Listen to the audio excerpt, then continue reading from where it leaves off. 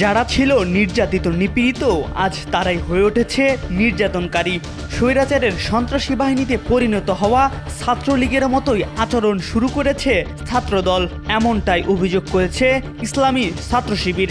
বিভিন্ন বিশ্ববিদ্যালয় ও কলেজ ক্যাম্পাসে শিবিরের নেতাকর্মী ও অনুষ্ঠানে হামলার অভিযোগ উঠেছে।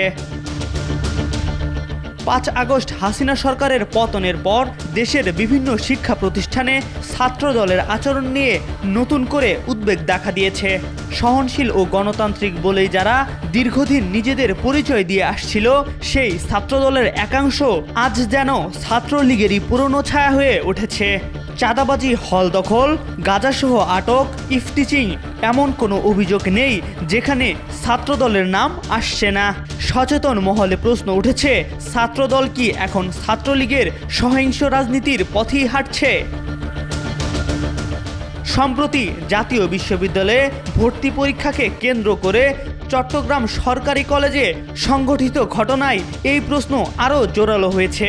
ছাত্র শিবিরের হেল্প ডেস্কে ছাত্রদলের হামলার অভিযোগ উঠেছে, যেখানে শিবিরের অন্তত ৩ জন কর্মী আহত হয়েছেন। একই ধরনের অভিযোগ এসেছে চট্টগ্রামের ইসলামিয়া ডিগ্রি কলেজ থেকেও, যেখানে ছাত্রদল ও যুবদলের নেতাকর্মীরা বহিরাগত সন্ত্রাসীদের নিয়ে এসে শিবিরের হেল্প ডেস্কে বাধা দিয়েছে। ছাত্র শিবির দাবি করেছে, তারা নতুন শিক্ষার্থীদের সহায়তা ও তথ্য প্রদানের জন্য শান্তিপূর্ণভাবে একটি হেল্প ডেস্ক পরিচালনা করছিল, কিন্তু হঠাৎ করেই ছাত্রদলের একটি দল এসে টেবিল ভাঙচুর করে লিফলেট ছিঁড়ে ফেলে এবং শিক্ষার্থীদের আতঙ্কিত করে। হামলার সময় ছাত্রদল কর্মীদের মুখে শিবির মুক্ত ক্যাম্পাস চাই স্লোগান শোনা যায়, যা অতীতে ছিল ছাত্রলীগের সহিংস অভিযানের প্রতীক হিসেবে পরিচিত। একই দিনে রংপুরেও শিবিরের হেল্প ডেস্কে হামলার অভিযোগ উঠেছে ছাত্রদলের বিরুদ্ধে, যদিও ছাত্রদল আনুষ্ঠানিকভাবে এই হামলার দায় অস্বীকার করেছে। সিসিটিভি ফুটেজে হামলাকারীদের পরিচয় স্পষ্ট হওয়ায় প্রশ্নের মুখে পড়েছে তাদের বক্তব্য।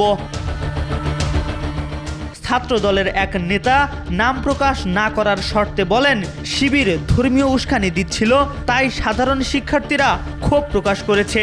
তবে রাজনৈতিক বিশ্লেষকরা বলছে, এটি কোনো অবস্থাতেই সহিংসতার যৌক্তিকতা হতে পারে না।